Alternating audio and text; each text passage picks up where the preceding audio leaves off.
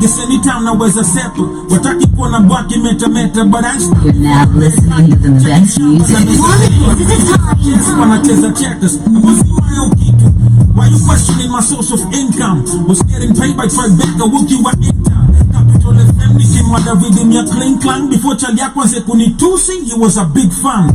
Fans want you to make it, but when you blow, when I could get here like he ain't that nigga we used to know. On this Jamaican nigga talk for picture now like. That's how they accuse you of getting caught up in the hype. Nigga club 35, don't make me think I'm over 40. Because I look older than you blame your brother naughty. It's funny how my peers don't even put me in a circle. Reality me to me, get Kenya the universal. Internationally, who's bigger than K. Jones? Look when I do Bazan when you struggle to play home. I got accolades in the bag to justify my claim. BET and Sound City certify the name. The narrative that Kenyan music doesn't pay any false. You only bongo pedal by ninjas with zero balls. Keeping you company throughout the day. The next, then that is a blueprint on how to double you fast.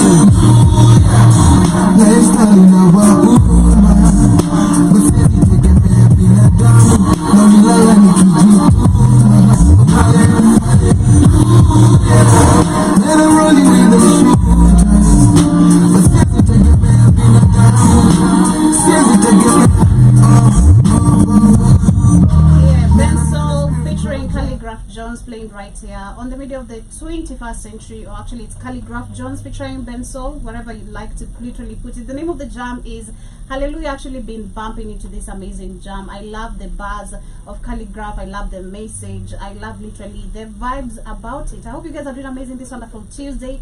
Welcome once again to another beautiful conversation right here on the middle of the 21st century. Every Tuesday and Thursday, we get to bring you nothing but the reaction time. We get to give you amazing videos, educative, political, everything that is trending, not just in Kenya, but across the African country or globally. Karibuni, 14 minutes past the top of the hour. Once again, J-O-B-Y. Hey, in the building. Karibuni sana. How are you doing, Shmani? I'm doing well, I can't complain. Easy breezy day. Yeah. I don't think it's an easy week. Yeah. Monday's been easy, Tuesday still the same. Yeah. But yeah, I'm doing amazing. That's so sad. I can't complain. Karibuni, amazing people. Yeah, the day started with a lot of rain, man. Yeah, it was raining. I actually got to work at 8:30. Yeah. It was raining mpaka 8. Iliacha tu kidogo hivi nikarudi. Kifika tu tena nikaanza. It's been raining mpaka 12. Yeah. It's been raining like, because I remember when I was going to get breakfast, like how nilikuwa na slide mbaya na mwavuli hapo, like it was super crazy. And then najua kama unaishi ndani like uzipata bike. Yeah. Kwetu ziko, wezi kosa. For real? Yeah. Mko na stage, eh? Yeah, because people are busy going to work, so like wezi kosa to bike up. Seriously, mpaka ufike juu. Yeah, you can't get, and then most people hawana umbrella. No. So you have to just wait, itulie kidogo and then ukimbie. That's so sad. But imekuwa ikinyesha, we've been wanting the rain. So but the rains is coming with a lot of floods, and our government have not done anything about it yet. I want us to start with what is happening. What was happening this morning in Mombasa, in Koni, where the floods literally bred to lakes on the road. So many people are struggling in the morning, of course, to get to work. I can imagine, especially with the hike of matatu, alafu kuna mvua, now the floods. Like, this gives you double rage, or so much rage about the system not just working. You know, it's crazy. So we have floods that is in Lincoln this morning.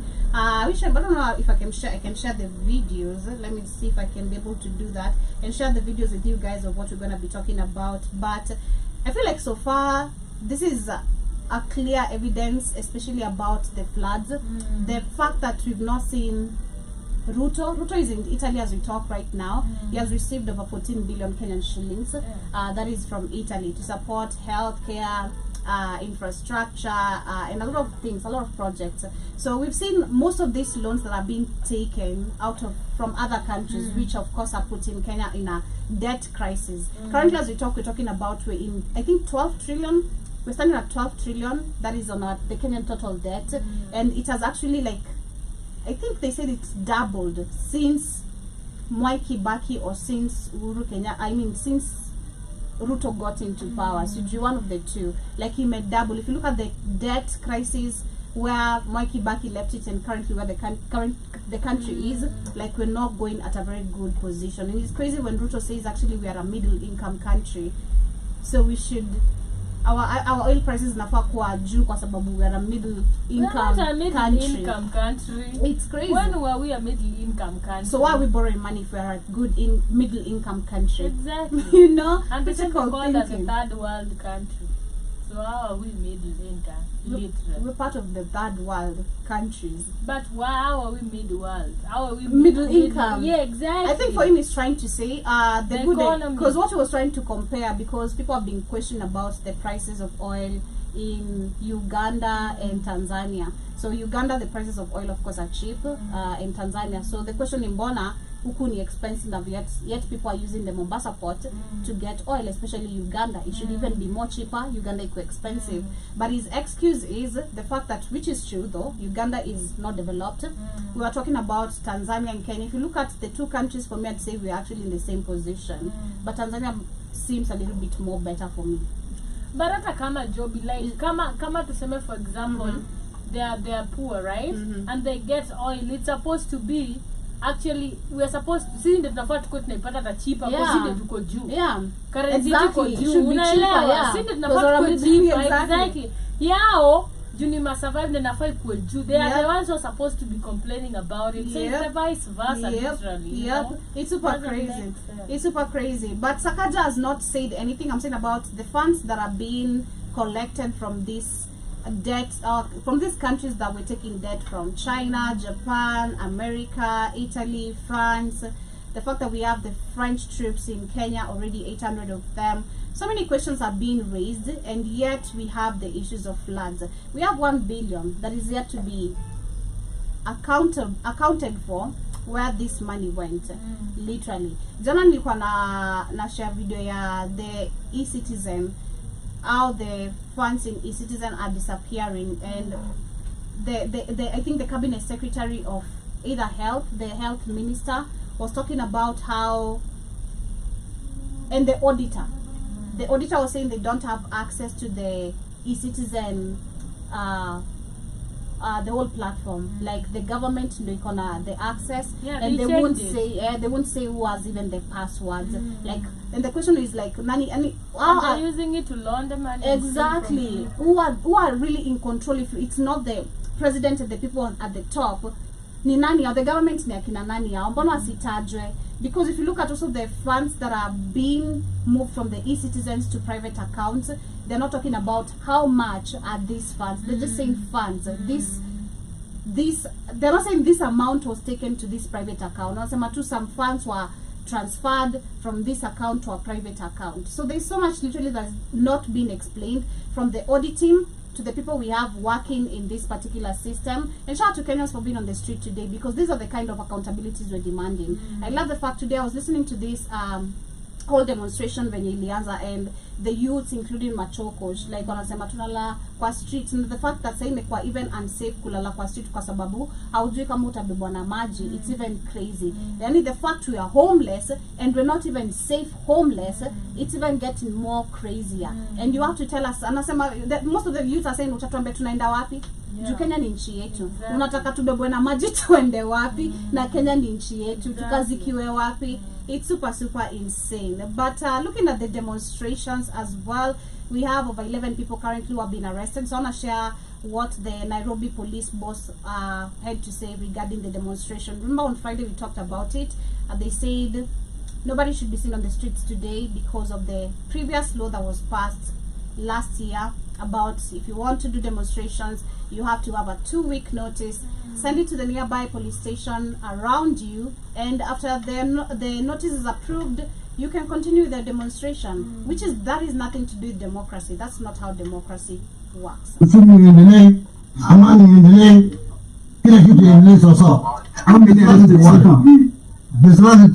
So which makes me question, these are the same people, this is the same police boss who was actually arresting Sakaja. So if you really care about corruption that much, and your work is to go around ensuring the country is at its best state, whether in matters of security or in matters of corruption, how comes the same person is actually now criticizing demonstrations? You know, because this is the same guy, according to Yakushika Sakaja, tunafaa tuelewe, for real, this is a working system fighting corruption. But when Kenyans are fighting corruption, this is bad. Your game. Exactly. I feel like it's more of double standards and power. But again, Joby, we can't question. We know the police is part of the government. Of course. They raise their security, they raise their salaries. You remember right now. Yeah. And they are actually eating better. Yeah. And it's crazy because they just raised it like a year to elections. Ndio sasa watunyanyase vizuri literally because you're not going to tell a cop anything. Yeah. Saizi hadi yako na do. Unaelewa, not the other time atakwambia unapigania nini. Unaelewa, like they're not going to be in the same conversation with us. But again, Kenya is not democratic at all. That's why unapata hata nashikwa. It's your right to demonstrate as a Kenyan. It's written by the constitution, but they try to breach even the constitution so that you don't get your right. Because like if people are planning to demonstrate tomorrow as a Kenyan, if you do me wrong, unataka kuninyanyasa design yenyewe unataka nitulie. Because like unajua sira inakuaga hapo Joby. Hasira ni hapo, unataka uitoe ishi. By the time unatulia hii hasira baadaye itakuwa umetulia. And I think that's the criteria they want to use. Because if you're giving a 2 weeks notice, after 2 weeks do you think the rage is so out. It's so out already. They've actually even used distractions, done things to distract people, and now you forget about the main agenda. So we are not actually democratic. Funny thing, I didn't know people were demonstrating. Today? No, it wasn't in my mind. Like I know we talked about it, but I couldn't kwa mind yangu. So my cleaning lady came in the morning and she's like, "What do I demonstrate leo?" Niko like, "We demonstrate mbona?" And then I loaded like, "Yo, kumbe ni." But wrong guy, people haven't done shit. Nah, I was actually very scared when I was coming to work. I was like, I hope nisifike kwa barabara because penye mimi naishi like you can't hear a goddamn sound. I swear. I barely, like I remember even the time of demonstration, ninge to like nikishafika huko, the sound is completely gone. Like the gunshots, the tear gas and everything. So until nifike kwa stage, no, I'll literally notice if there's something happening. So I was like, I hope there's nothing chaotic because kwanza ikifika ni masaa ya kwenda home and vijana wako arewa kiamua. Because one thing I've noticed on the demonstration ya tawa imeanza tu kimchezo. Machoko actually ndo alikuwa amegather up. Like they were just standing and saying one term. Ruto atakonda hadi kichwa and all that. To the point now, and I feel like one thing and this government or most of the governments have not understood, the moment you pour police officers outside, you're telling people demonstrate. Exactly. Because that's what I've understood with the spirit of Kenyans when it comes to demonstration. Because now it's like you're ready for it. It's like you're telling us, you're ready for it. Because why are you outside? If you really know you have power and you stand by your words and your words should be respected, why are you still outside feeling threatened? Exactly. Because you understand actually very well you don't have power. The people are the power. That's what actually that should point out. How about we have arrested 11? I will take them for no. For charge how? I'm going to start on what? On what basis? And if I will because cops are dumb. Sorry to say it. I will listen to explain on what basis is he getting to arrest them, and let a lawyer be around him. Just you'd see how shocked he would be. Because they don't even know. They're just only puppets wa Ruto. Wanaambiwa wafanya wa question wanaenda sana. Without question. So at the end of the day, there's nothing he's saying. Like literally, on what grounds are you arrested? Waende koti kumbona. I don't say true. But you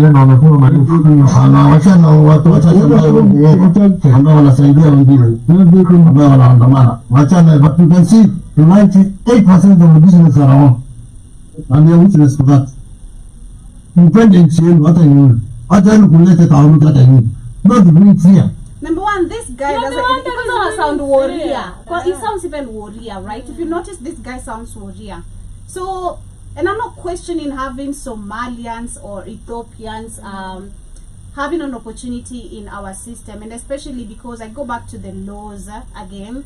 Once you stay in a country for more than certain years, you have the eligibility to have an identification card. If you're born and raised in a certain country, you can literally practice in political exercises and all that. This officially makes you a citizen. So my question goes back because what I've noticed, if you see there's a video circulating online of Sakaja introducing sijui daktari kuna mama fulani anaitwa hivyo. There's this mama she was introducing. So hapa ndo wanachoma. Like it's like we're dealing with really completely drunkards who cannot even resonate when drunk, you know, because there's drunkards who can resonate when drunk, but there are drunkards who literally unafaa kuwa straightforward to your words and don't fumble because somebody is gonna know you're always lying. Exactly. This lady, mwenye alikuwa introduce the Daktari of Gachagua, said this lady got this position even without a paper. She never went to school to study for this and this. She's not done this position, but she's a doctor. So we have crook doctors in certain organizations just because people want to maintain power. That is exactly what we're I'm going to share the video actually, because this also goes back to where we have people in security or certain positions being put there because they can be brutal enough. You'll find this probably someone was an Al-Shabaab leader, and I'm saying allegedly. This probably was an Al-Shabaab leader na amepatwa position Kenya because Ruto also has connection. Understand, we're talking about a man who has been in power for a minute. He's not new to the game. That's why you can see him talking boldly to Kenyans because it's like ni kama mniju. Unajua ni kama mwelewi venye hii game. He's also saying it actually could instill fear, but the other ones is still, if you see Joby, if I see a police, what comes to my mind? Yeah. Number one, ni uoga cause uko na bunde. Mimi sina bunde. Mimi niko tena mkono yangu na proli mawe. Lakini uko na bunde, nani ana instill fear kushinda mwingine? Si ni wewe karao. So what do you mean that we like our country? Because I also saw the same video you're saying ya Sakaja. Yeah. And he was also introducing Gaucho. I don't know if you've seen Gaucho. No. Gaucho ni ule mwenye anakuanga kwa bunge umo. Hiyo bunge ya umo, hiyo bunge ya doni pale hivyo. Au maguns. Ako kwa body ya Mama Lucy. Same body ya huo na Sakaja ndiye alikuwa amemwapoint. And people are starting to question what are the credentials? You know, what are the credentials of him being part of that job? What do we have? Are people just big? Because like if you're putting goons there, meaning you want to control that thing. Kama uko na goons hapo, meaning tu kenye umesema ndo goons atafanya. Because yeye ni puppet wako. Exactly. So what do you mean? Exactly. It's super crazy. So understand actually even the demonstration as they were going on, even to understand the cause of fear, because as he talks about fear, like you've said, one on a cause fear. We've had like several civilians, several police officers in civilian clothes.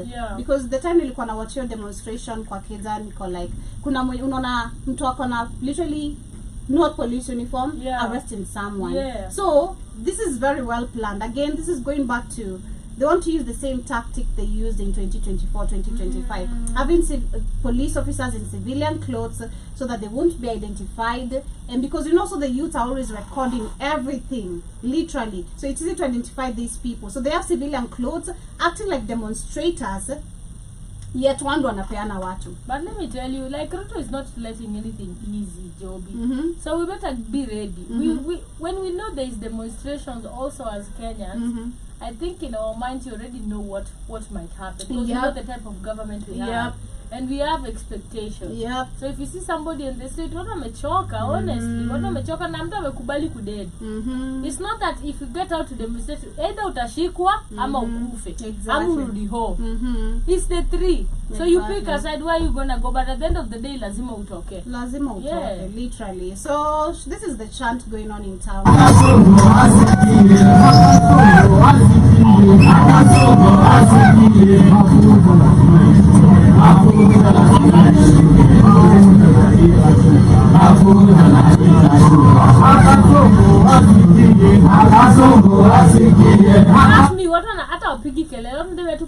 Very peaceful. People are very, very peaceful literally about this demonstration. There's nothing chaotic about it, nothing riotic about it. Like, it's very peaceful. Shout out to the women who are also very courageous and boldly being outside and calling out the bad corruption. I love the fact that women are starting to understand this is not to do with the youths alone, because especially for a woman, because I feel like the people feel most of the pain when we have demonstrations and there's a loss of majority of the youths. They are women, like mama lose watoto wao. So I feel like it's a high time where women also need to come out and understand your children are not just fighting for their rights, but your rights, you know, and you have to be there as a parent, either ukufe na yeye ama mkufe nyinyi wote. Because Exactly. it goes back to something Kit loves asking, what will you die for? What are you really living for? What is it that today ukiambiwa on a gunpoint, shake ni hii ama hii, what are you gonna stand for? Like, what is it that you really stand for? Is it your ovaries? Is it your siblings? Is it your government? There must be something that you're really willing to die for or stand for. So I hope you really understand that. But as we move on away from that, we're going to be giving you, of course, more updates of what is happening with the demonstrations right here in the 254. We see how far they are going to go. We have more news coming from Obidandela and, of course, more Syria. Shout out to Obidan. This is one guy say, Amejipusha lead to the point is always like somewhere at the front, you know. He always gives me the spirit of never give up. Ukona vision, keep on going. Like no matter how people view you, like just keep on going. You're gonna find again your group of people. You'll tap into your tribe, and people will accept you and support you for what you do. I remember we get tulikuwa na Igato. Ibadan, Obidan. Yeah. Oh, Yeah. Yeah. We were in Egerton together, but alikuwa mbele yangu, but alikuwa MC. Oh, yeah. Yeah, he was an MC. He was like Because he was doing MC in like some time Sometimes he back. started Yeah. as an MC. Yeah. Yeah. Now he's like a big content Yeah, creator, from you hosting know. clubs. Yeah. Because me, when we met him, he was hosting He was clubs. hosting clubs and MC, Yeah. right? Because in Campo he was like an MC. Yeah. And he was just a young man from Niwapi Kalenji now. I'm not really sure. Yeah, wherever he's from. And he's doing amazing. Shout out to him. Shout out to him. So apparently they have found this woman who is actually talking about how she lost her kidney. That is after a surgery operation that went down in 2018. Now this is actually coming to light after, we remember that was I think early this year or late last year. Kenya was one among the African top countries that are doing organ trafficking, literally organ trafficking, and this is being conducted by some Indian-owned, allegedly, hospitals in Nakuru to be specific, and Eldoret. So I remember actually it was last year I was talking about it and shared a couple of videos about it. There's women, mama utapata kuna mama aliza, ameamka anapata ana kidney, like years later you just been having some health problems. Then imagine, it's crazy. We have the Boda people, most of the actually young men who have pikipikis, they have gotten pikipiki because of selling away their kidneys, because you've been told utapata 150k, do they need 100k or maybe cheaper than that? It depends the model you want and the brand. So you go Can you give sell your your kidney? No, But you can not donate. that. No. Okay. To who? To your brother? Uko na babako. Me, I can donate to my farm though. Yeah, Yeah, I can donate a kidney. Like, ni venye tu yangu ni mbaya. Mi ni mlevi. exactly. So, number one and two, I It's feel bad like unless niende nioshe, cause ni kitu yenye kidney kitu inajiosha. man, Ukiacha yeah. inajiosha naturally, Yeah, you because can. you eat healthy and stuff like that. Yeah. But again, it's destroyed, so I can't donate. But I'd definitely donate a kidney. That's really heavy. On my brother, cause on my brother up on now, like that's literally my heart. So I don't know. Yeah. Maybe, but we'll never get there. Yeah. Never, ever. But I think when it comes to other people, I'm so sorry. I'm selfish. I take the word I'm selfish. That's why I take something Keith was saying, like, Javi, yourself. Yeah, I'm selfish like that. On that level, like there's some levels of selfishness and there's some levels of being kind, literally. But let's listen to the story. Hello guys, Obidandela hapa ndio niko na waziri wa Syria. Hapa mtu ambaye alijiwa kidney. Nilipoteza kidney, sijui kidney yako ilijiwa wapi mama. So she will tell us sometimes kuna vile madaktari wao wana advice, but kesi yake hiyo kufura miguu tena kaimu halali uchungu baada hiyo procedure inamaanisha kidney hadi apige report polisi. So ni muomba simulation ya hospitali kwanza, aende achukue OB kesho, alafu akisha report hiyo hospitali sasa hata estimation iko protected. So number one, I'm talking about our really non-working institution. Like we really have failed institutions. The fact that this is something that happened in 2018, and we are almost like how many years? 8 years. Yeah, 8 years later. That's when she's coming to talk about this. this shows you how we have non-working institution. Because my first question personally as a reporter would be, did you report? You know, which police station did you report to? What were the follow up on the investigation? Exactly. Is there any steps that were taken on the investigations? Which hospital is it? How many cases? But also go ahead. Hospital hazikakubali job, because like what happens is she didn't donate, right? It was stolen. Yeah. Probably maybe alienda hospitali kufanya kitu kingine, maybe surgery fulani akaambiwa wakatoa without a consent. Yeah.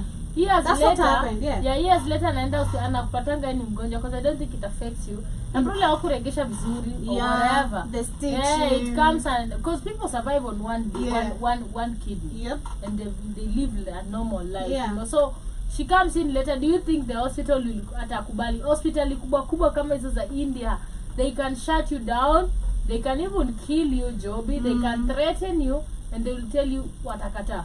So tuseme wewe una chochote na mbele wala nyuma, do you think you can fight a hospital? It's really hard to fight a whole company, mostly a private entity with the Indians. And you know, Indians with money and the connections they have and power in Kenya, it's not easy, honestly. That is so true. That is super true. Kujua Mungu kuna kitu moja nilijua last year, na hiyo ni kuteseka. Nimekuwa nikiteseka miaka saba imeisha. 2018 nilienda kufanyia surgery, nilikuwa na bones, so nilipoenda nikafanyia surgery. Tunataka kutupe story yote sasa kwanza mwanzo. Ilikuwa ni nini ilifanyika mpaka ukakuja kujua hauna akili? Na ni uchungu sana kuona mama anateseka na kuzaliwa na ugonjwa ambayo hana ya kufura miguu. This is so sad. This should be illegal. This should be like a really big case in Africa and Kenya, to be specific, because Kenya is one of the biggest organ trafficking countries right now. Mind you, we have over 31 bodies that were retrieved from which county? Ilikuwa county, kuna county, sikumbuki ni county gani, but just juicy, right? We had some bodies that were retrieved where the witnesses, the neighbors of that particular region, said waliona a group of people with pickups coming with bags, zinakani kama ni magunia tu, unafikiria tu maybe ni magunia, and they came to hide. And of course you're gonna be very curious kama unaishi hapo na wana watu wameleta magunia. What if ni dough? What if ni gold? What is it? Mimi nikibaki hapo definitely mimi ndachunguza. Na ni shamba na jua, there's nobody watching unless there's someone just watching. So they dug up the holes, and they figured out actually these were dead bodies all stacked up together, others chopped into pieces. The reports were like 2-3 weeks ago, we talked about it. So the fact that there is no follow-up or any information, this should be actually even a daily report. Why the bodies were there, who these identities are. The DNA, of course, should be able to be conducted. These people should be having, that's why we say we are so behind. Africa should be having, since tukona, sijui kama ni possible, I don't know, maybe I'm being the lulu, where you can just take someone's samples and maybe try and match it biometrically, digitally. Yes, it's possible. Yeah. It's possible, right? See, that's how they even find the cause of death. Yeah. Yeah, because like let's say I don't know who this person identity is. Evil, so they can match it with like your blood. Oh, okay. It's very possible, because unapatanga mtu labda mwili yake iliisha. Yeah. But the family come and they find after some time. They run a postmortem for identification of the body. Okay. Yeah. So I believe there should be actually weekly reports by now of why the bodies were there, who these people are, with identifications, literally their names, both of them. But none and what led to their deaths? Like what was the condition of the bodies? Is there any organs missing? Because in Atnikumbusha ya the Shakahola, remember we had babies and even women, like literally family members, and their body organs were missing, majority. Even the kids from the streets, the 16 street kids. And there's no follow-up or details about it. There's no follow-up, and people are like, what was the cost? Do they have organs? Hell no. Kufura mwili ambayo ilianza baada ya kufanywa surgery ya kutolewa fibroid. Alikaa tu hapa kwa tumbo. Hapo ndio alitolewa fibroid. Na hata bado tumeona kuna ziko. Sijui kama zitolewa ama zimerudi tena. So baada ya hiyo yaonekana kwamba alianza kugonjeka, miguu inafunga. So tueleze nini ilifanyika, kwa sababu lazima tueleze wa Kenya. Unaweza pata kuna mtu pia amefanyiwa procedure akaenda akatolewa mtoto ama fibroid, lakini nikatolewa, ikaibwa, kwa sababu kidney is very expensive. Kidney ni milioni 10. Hebu tueleze mama, sasa tueleze story yote. Sasa wa Kenya 2018 ndio nilienda kufanyiwa surgery. Nikafanyiwa surgery. Nini ilifanyika ndio ufanyiwe surgery? Nilikuwa na teroa fibroids. Nilikuwa na fibroids. Nilikuwa kufanywa ultrasound ama nilikuwa ultrasound. Kaoneshana niko na fibroids. So ikasemekana lazima hizo fibroids zitolewe. So mimi kuna daktari mmoja sana nilikuwa naona akiwa famous kwa chief ya Inundo. So nilienda mpaka nikatafuta na huyo daktari, alikuwa very famous. Even the worst, yeah, to work because kulikuwa na GBS, Inoro TV, Hope TV, yeah, hizo ma Deliverance TV. Hizo ma TVs are churches. They have so many advertisements of, if not organic supplements, which probably will fuck you up. Hospitali mingi sana na mashamba zenye ni maskam mingi sana. Like those are the main TVs that I grew up seeing. Ziko na shamba advertisement mingi na utapata mingi ni scam. Hapo ndo watu wengi wamepoteza do literally, because unaenda unauziwa title deed yenye ishauziwa mtu mwingine, that money is gone, you know, literally ni kama wash inaendelea hapo. And then the hospitals, this way you find these crook hospitals, sijui kwa kona gani somewhere, na watu hatawajuangi nini hospital, like ni hospitali authorized because either probably run by the pastors, because these pastors also have money. They can bribe their way into getting these documents from the government. Kama ni health insurance cover, I mean kama ni certificate, whatever, the license, you putting up the whole business, you can get all those documents because kona do, no kona connections.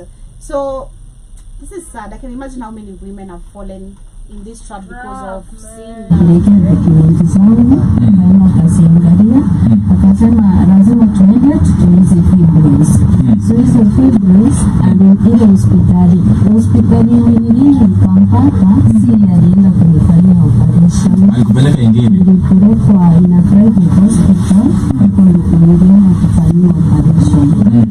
Nikaenda nikafanyia operation 2018. Kama mkaribia ongea kwa sauti kidogo. 2018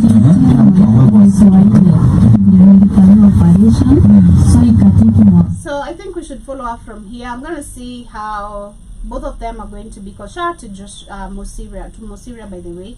He's been really doing amazing. I've been following some videos of him on TikTok on how he's been saving people from the streets. Kuna mama alisave alikuwa anakaa vibaya. You look at that woman right now, she's glowing. Like she was skinny than me. Sayo kimona shmani, like she's even like more bigger than you. Like she's so healthy, so clean. I think it's been probably 5 months or 6 months of her being in rehab and being taken care of, because that change is super quick. I've seen the akichukua watoi kutoka kwa street anawapeleka shule and follows up. If probably number one, if they have their mom karibu, is the mom capable of taking the care of the children? If not, do they want them to go to children's home custody where they can be taken care of with everything provided? Now wanaweza kuja kwa watoto wao, but ujotoa nakaa huko until you have the ability to take care of your child. So shout out to Joshua Mosiria. Shout out to him for putting so much on the light. But inaanzanga hivi, next ni MP, next ni MCA, next ni senator, and like nilianzia from the bottom. That's why they come with the bottom up economy bullshit, because they are showing all this. And the fact that right now we have the internet. There's so much documentation of them coming up with the bullshit of unakumbuka nilikuwa nafanya, so people can go back to the videos and relate.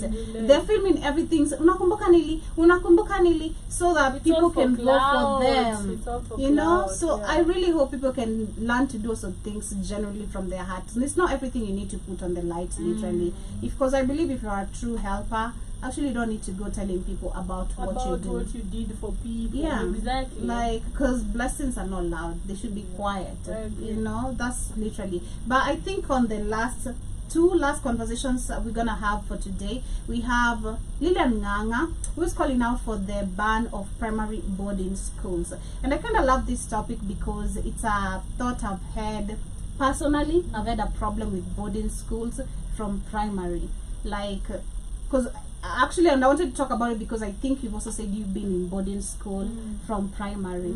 Did you love it? I'm the one that wanted to go. You wanted to go. Was it you or also your siblings who No, wanted? just me. You alone. Yeah, because like it was not a serious boarding, honestly. Okay. Because hapa ndo shule kwetu ni Nyotu. Oh. Nyotu ni mbali, probably past before Nyotu, Okay. and stuff like that. Okay. So I could have, and my Access sister to was go home. was in day school, the same school, and my brother. So, Oh, so okay. boarding just came, and then we were the first lot. Unajua inaingianga alafu tuko upper primary, tuko sijui class 3 4 hapo. Tushaingia upper class, because naingia upper class for class 4. I just told my dad, mimi nataka kwenda boarding, mnipeleke mniache tu boarding. But my family would come see me like every Friday. Yeah. My sisters were in school with me. Yeah. And my So you brother never felt lonely. No, so wanaletea food ya jana. Yeah. Like, Okay. like every day. Oh, that's awesome. Like nilikuwa tunasema nalala tu shule. Yeah. Because it was not also that serious. Sometimes unajua because lunch time, I don't know how you guys used to go, but sasa sisi lunch time kwa tunafunguliwa gates. The watchman belly kirikos kuna wenye anakimbia, wengine wako na classes, wengine wako na teacher. Yeah. Unapata wamekimbia get some mko wengi. Sometimes I even escape and go lunch home. Yeah. So it was not like really a serious boarding for Okay. me, but kulikuwa na wenye waliletwa na sisters our whole family, like sister ako class 7, brother yake ako class 2, mwingine ako class hiyo, alafu wanaonekana like your parents come only on visiting and stuff like that. I feel like that was it, but me I enjoyed the boarding. Okay. Yeah, I feel like enjoyed that should be fun, because the fact that you're seeing your siblings every now and then, every day, so it doesn't feel that lonely. You're not missing home, you're not missing your siblings. For me, my thought of boarding school, number one, I've said it a couple of times, is I was scared of being bullied. Because in primary I was such a introvert. Like mimi ukinipata nje, it's with my cousins and people who know my cousins. Like you will not find me making friends, you will not find me playing or trying to make friends with anyone. Like I was always in the house. Shout out to my mom, always putting me on DJ Afro, Chuck Norris. You guys think I'm joking when I say I was always on Chuck Norris, Van Damme movies, this new series of the Barbie. It's crazy because I have an obsession. I've just realized recently I have should I call it an obsession, or I'm still in love with watching Barbie movies and animations. I'll be in the house, whether I want to do something, if I don't want to listen to music but I just want to hear something talking, like a two Barbie. Nisikie tu hizo mabushes, my episodes just nanibamba, and that's just so girly, like just super girly. So for me, my thought of just going to boarding, number one, because I grew up with cousins who went to boarding, like now the cousins my age right now, like wao walikuwa wanaendanga boarding, so nataka kwenda boarding, I'm like looking at it. Number one, it's expensive. Like mama una yodo. And then secondly, staki kubuliwa mimi. I just don't wanna be bullied. And then my mom, I knew my mom was crazy. So me staki kushinda every time I have issues of me being bullied in school, because I won't take it. Because I saw it from, I think from growing up with some relatives I had before I started living with my mom completely, how they used to treat me and how I used to react every time my mom was coming around. So I'm like, well, utajua ujui wewe. Ako around. I'll ensure you bow down, like to me. You'll bow down, you'll do everything. My mom is there and there's nothing you're gonna do about it, you know? So I never wanted to go to boarding school, like ever. I loved day school because I could come back home, say stuff to my mom. I can report anything that happened, I and she left the next day. Because one of the worst incidents, shout out to Sido, I think we were even talking about it the last time. There was this girl who was a lesbian in class, and me didn't know anything about adolescence or sexuality. Like me, I'm just chilling. So this chile ameanza ku develop boobs. Like ni wale wajanja wame na ni wajanja wanaishi I think ghetto according to how I look at it. Kanikuwa kajanja kameishi ghetto na kanajua vitu mingi sexual. So she's telling me nataka kushika. Mimi zangu ndo zinaanza kutoka but hers are like big. You know those chile like they're just like big boobs from. Sasa ni big sana nataka kushika boobs zako na zimefika wapi? Zimefika wapi? Mwambia no, that's not right. I don't care. I said I want to do it. Mwambia you're not gonna do it. She took a big pen. You know this yellow big pen and how sharp it is. Pa kwa mapaja and it was so painful. Like ilingia yote to the point of upper point the yellow now there. It was so painful. So going home, I'm limping. My leg imefura. And before I took a shower, like mamangu of course definitely ndanekea maji kwa bafu. She's like, nini bana mguu? Nikamwambia. She woke up crazy the next day going to school. Like, what is happening? What is this and this and this and this? The girl, I think she was chased shule or given some warnings. Kumbuki, but sidhani nikitokoka nikuwa. Yeah, it was super crazy. So I didn't love the idea of boarding because of bullying. Okay. And I always wanted to come back home and report stuff. But Lillian, sisi tulikuwa private school. So for us it was private school and students wengi. Yeah. Literally, so even like we had a matron, it was very intimate. Like tulikuwa boarding madam kama siji 20, maboy kama 15. Hatukuwa wengi sana. So napata tukao kama 35 boarding yote. So it wasn't like hard to manage us and ensure we are all good. Do you think you enjoyed your playing your playful childhood or your childhood like playing? I did really. I didn't. In school, I didn't play a lot. Let me just be honest. Okay. I didn't play a lot because like I came from a very strict father. Yeah, like super African, super straight with books. Yeah. So you'd play like on regulations. Yeah. You know, ukisikia gari mengia. Bio unaenda unaosha papi za mguu na kitabu. And we are kids. Why can't we just play? So we didn't get a lot of playing. But I just don't say I didn't play as much because like we had a lot of playtime in school too. Like break times was playing games. Did you guys have PE? Okay. Yes, everybody. Afu games tunafanya every sport. So kulikuwa na all types of sports. Like swimming, like whatever you do. Nice. So it was like really interesting. Because it was a private school. Yeah, we had swimming. Why didn't you learn how to swim? I just didn't like swimming. Okay. We even learned French, Germany. Okay. I didn't study none. Okay. I tried French, I failed. Alright. Yeah, I got a 0. I think when I withdrew college, I was interested in learning French because I wanted to go like if I was to go with the career of chef, I wanted to go international. Like I didn't want to do like the way my cousin right now. Like I was aspiring to be so my cousin like nakufuata wewe tunaenda sana sawa. So it's crazy, man. But for me, I think listening to what she had to say, because she's saying boarding school should begin in high school when children are mature and independent enough to take care of themselves. But I've heard you a couple of times because we talked about this, but also again, Joby, even if we say sometimes let's say for example, and this I say be ready. Sometimes some parents are just busy. And it doesn't mean sasa imagine Joby. See, hakuna difference because you're not present. And they can watch. You're not present. It's okay. Let's say you're ule parent mwenye. Let's say you're like Larry Mado. Oh, okay. Oh, yeah, that makes sense. and you know, Judith also, she's a journalist like him, traveling the world like that. And I know because like my paps didn't live with us in the city, right? Yeah. He worked in a different city. And he used to come every Friday. Nilikuwa najua saa 9 ipati babangu hajakuja. Kama hajakuja, if he comes home, he doesn't go home first. He branch kwa shule kwanza, ndiyo anaenda home. So like you can also create time for your kids. Unless kazi yako ni kuzaa na kwenda kudampu watoto. Huko eti tu unataka kutembea, unataka kufanya sijini. You know, you don't want to be present. This is why we keep talking about it every day. Not only financially ready, mentally, emotionally, physically, because you have to be present, regardless of it or not. That is so unajua because kupeleka pia mtoto wa nursery boarding siji class 1 siji nini it makes sense also, you know? Yeah, that is so true. Because for me, my perspective about it, if I look at it, why I wouldn't want to take my child to a boarding school on a primary level, I want them, number one, I'm looking at them as a child. See what she's trying to use, maturity, independence. This is a kid. So I want to allow my baby to be a baby. Number one, around, of course, there's around other kids, which also happens in boarding schools.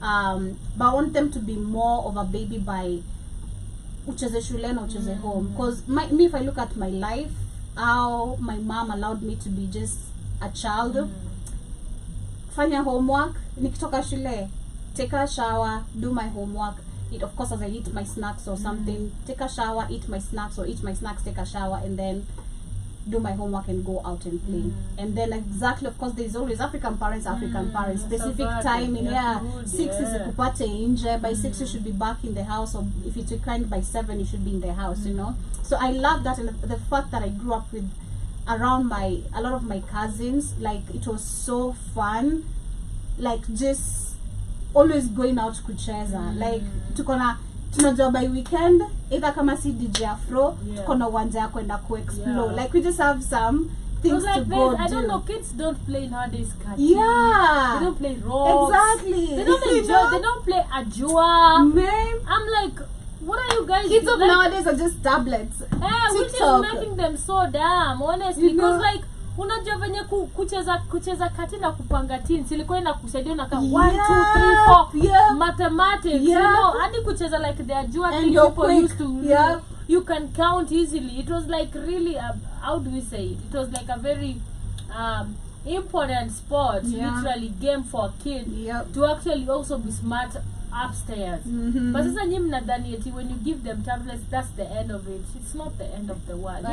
Also that connection with human beings, because like I look at my sister's kids, my sister wote they live in their own compounds, man. Nikienda kuwatembelea watoto wanacheza saa ngapi? Honestly hakuna mwenye anaingia kwa compound, kuna watchman ama mmefunganga to get all the time.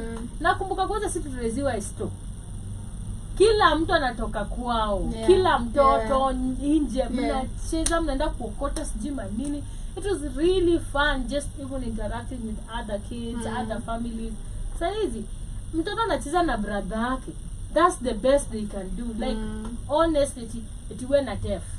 That's it. You never see other people. Like it doesn't make sense to me at all. It's crazy because even growing up, I think me and my bro didn't like fanya mambo yako. I mean, fanya mambo yako. Like, just do your boy shit. Let me do my girl shit. Because I think, like that. I think me and my brother just have this kind of funny relationship, which Jaisha, like just always called in each other for no reason, but in a funny way, you know, in a very funny way. So I don't know. Let's listen to William. I'm thinking about schools and also boarding schools for primary kids.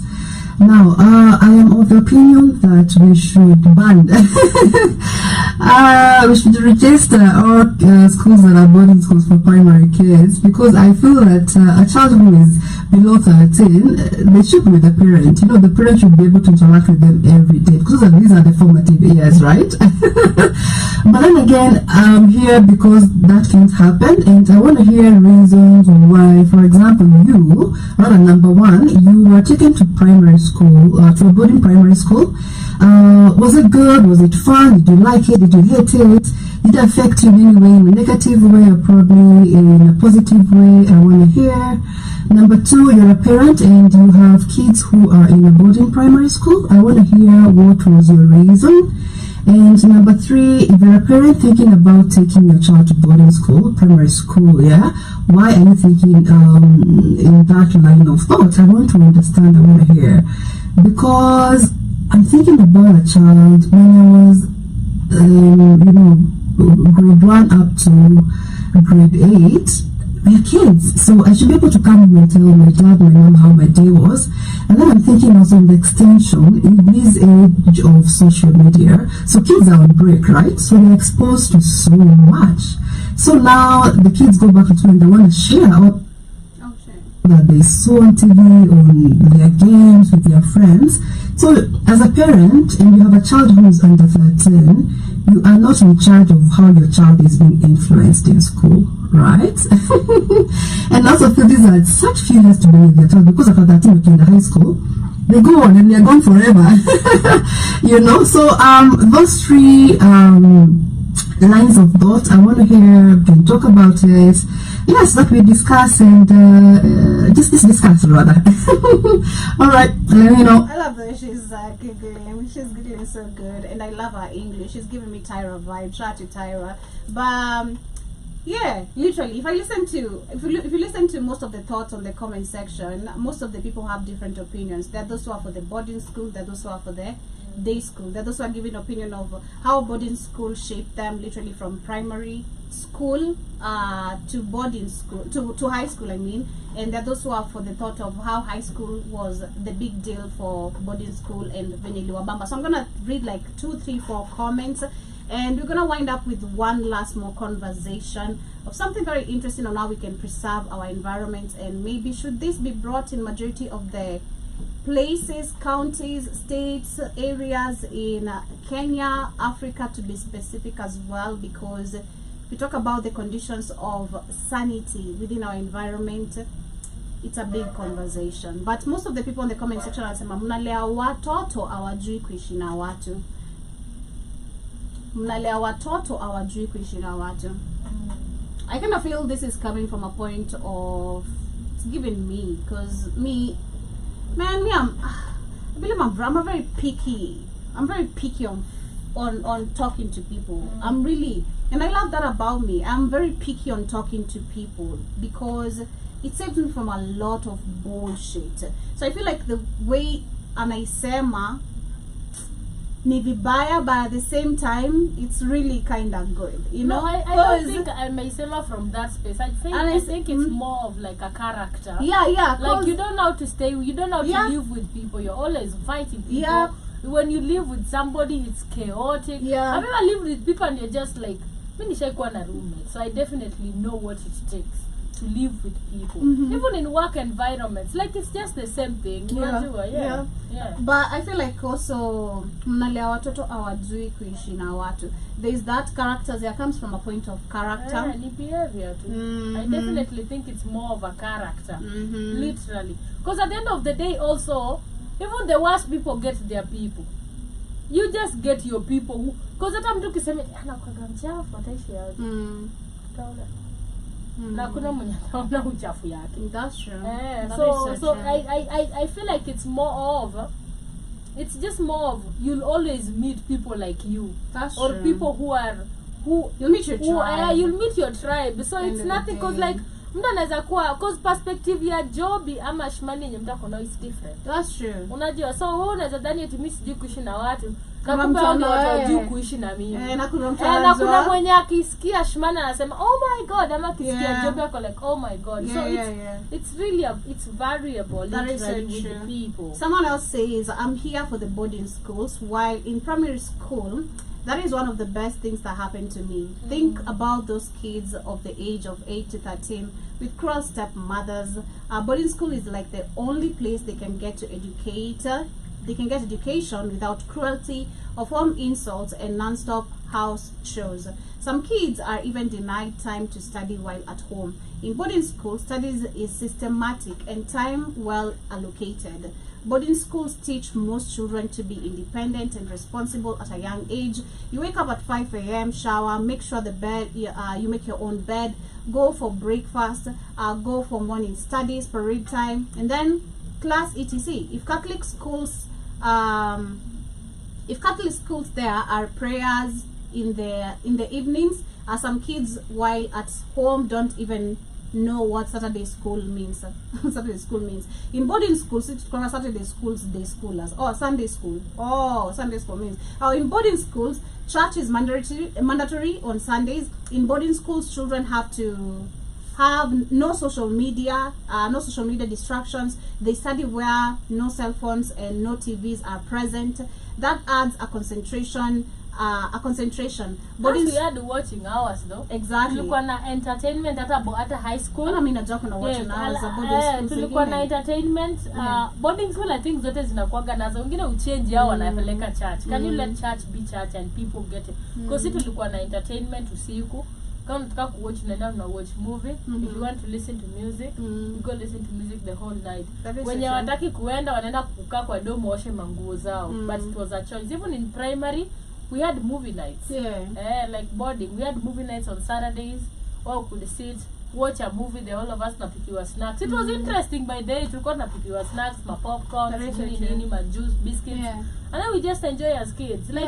Like some boarding schools are nice, some are hell. Yeah. Literally. He's mentioning about she's mentioning about kids escaping living with stepmoms. So ukiwa boarding school, like inakusave from a lot. I grew up with a stepmom and it was a living hell. Like not even with my stepmom, but also with my dad. And I'd say being in day school as much as, because I had to be on a boarding school, literally it was private too. It was like my escape. Like yo kwenda tu shule kila siku, it was my escape. So imagine like uko kwa point yenye huwezi waona tena, unaona tu like 3 days would have been better. You can't tell though. I didn't want. Yeah, no, but I'm just saying, like imagine having like a wicked stepmom and a wicked stepdad. Hamu umeachwa na manko zako wabaya.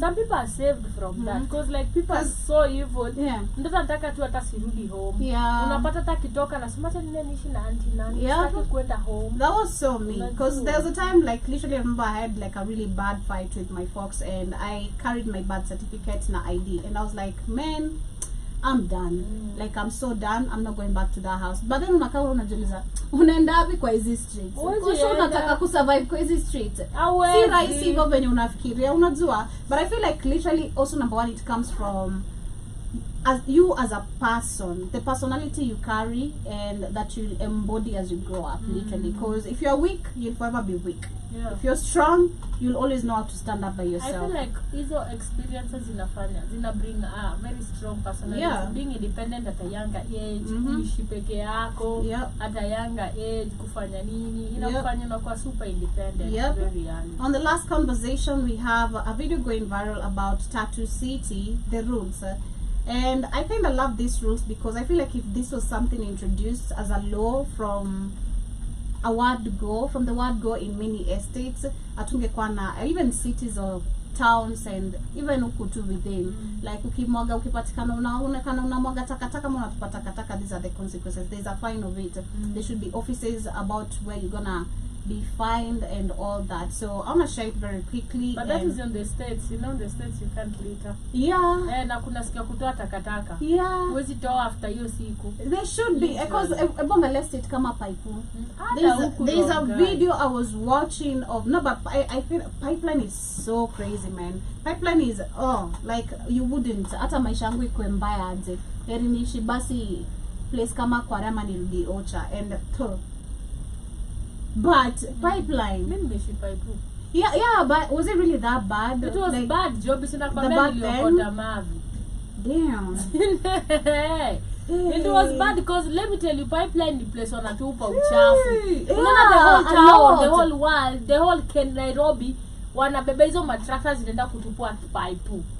So si Dandora anymore. Si hadi pipe kuna place zinatupwa tu pipe pia na so unapata tu nanda mapanya zao zimenona because they always have food. Super red. City is the ghetto, bro. Mama county huku niambia huku Tattoo City lazima tuoshe gari tukitoka site. Tattoo City ni dunia ingine, lazima uzingatie sheria, lazima ufuate sheria za huko, exceed speed, ukipaka barabara matope, faina kwa kama chakula gari paka alani matope, hiyo ni 5,000. Na ya kunini hii ya speed ni around 2,000 kulingana na ile speed umeenda. Na kwa metu misugu unaona huwa nalitoa gari matope na hata tumetoka site. Unatoka na site unaingia kaosh. Yage rami. Lakini ndio hizo rules ziko sawa, order, kuna order. Kuna order. Hata uwezi chukua content huko ndani by the way. Hapo China shakaji mtu ashukue video. Huko balance tuko tupeleka balance hapo kwa content wengi, content creators almost 80% wanaishi Tattoo City. Yeah. So it's a lie. Like labda unajua nyumba zao zinafanana. Yeah. So unaweza tell tu Tattoo City, Tattoo City nyumba zao zinafanana zote. Hata kina Kena walianzia Tattoo City, tulikuwa tunaona. My friends wameshoot hadi video. Music videos Tattoo City. So probably maybe you pay for it because pia kuna ma Airbnbs and stuff, una bribe to watch because I've seen a lot of people shoot content. But I feel like it's really a good measure. Yeah. It helps you like with the order. Yeah. It helps you to keep the community because Tattoo City na inakapoa. Yep. Honestly, I do Very. because the one bedrooms go for like 35k. Yeah, one bedroom goes for 35, but it's really spacious. It's No bad really amounts. nice. It's really nice. But again, the rules and regulations, it's safe. Si tumekuwa huko. Yeah. It's really safe. It's pretty. Yeah. Nyumba zao ni white. Unadhani ingeletwa place yenye mnachafua ingekuwa hata hizo I color. know. Haingekuwa. Exactly. So those rules hata tu apartments zinafaa zikuwe hivyo. Yep. Usipoleta I know. unafanya hivyo. I know. Ukilita, Nakuru has been the cleanest because Nakuru people don't litter. Makanjo wanakushika. Yeah. Literally in the city. Yeah, I know that. Uwezi I makanjo know about wanakushika. Nakuru. And it has made Nakuru the cleanest city for the longest time. Yep. So it's possible. Hizi ndange kuja hapa Rongai unaweza jaa. Uko tu like mi hata nimekula ndizi na nimebeba mpaka hapa kwa ofisi Me too, I do that.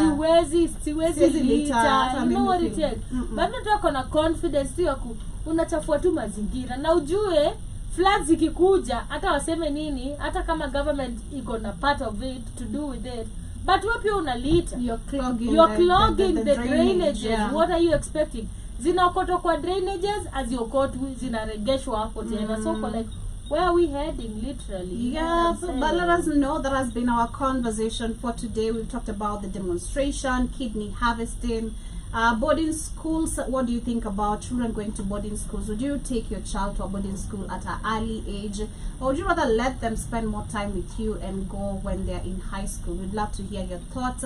And the last one, that is it, literally about cleanliness, sanity. Do you think we should have serious laws and measures and fines being brought in some states, countries, and Africa to be specific? Because I know in the States, America, not all the states too, because we've talked about it, so don't cap.